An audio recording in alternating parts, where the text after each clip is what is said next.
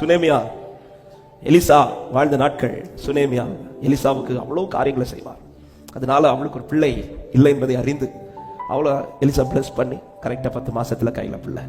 ஆனா கொஞ்ச நாளையில இந்த சுனேமியாவுக்கு ஒரு பெரிய ஒரு உபத்திரவம், எதிர்பார்த்திராத.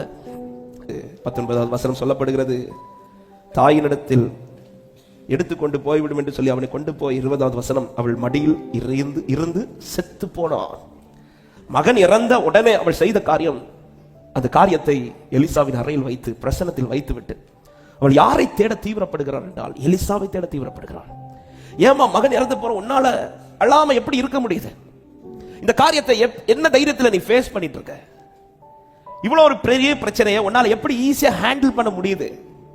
இந்த காரியத்தை ஒருத்தங்க சந்திச்சாங்கன்னா அவங்க அந்த இடத்துல உடைந்து அழுவார்கள். ஆனா நீ இன்னும் அழலையே, நீ இன்னும் போல்டா நிக்கிற, எப்படி உன்னால நிக்க முடியுதுன்னா சுனேமியால்ட்ட இப்படி ஒரு கொஸ்டின் கேட்டா அவன் சொல்ற முதல் வார்த்தையே, எலிசா இன்னும் உயிரோட தான் இருக்கிறார். ஆமென். இந்த காரியத்துல எனக்கு ஒரு விடுதலை தருகிற ஒரு எலிசா இன்னும் உயிரோட தான் இருக்கிறார். எத்தனை பேருக்கு நான் சொல்ற வார்த்தை புரியுது? இந்த காலை நேரத்துல சில காரியத்துல நான் இன்னும் தைரியமா நிற்க காரணம் என் மீட்பர் உயிரோடு இருக்கிறார் என்று விசுவாசிக்கிறவங்க நல்ல கைகளை தட்டி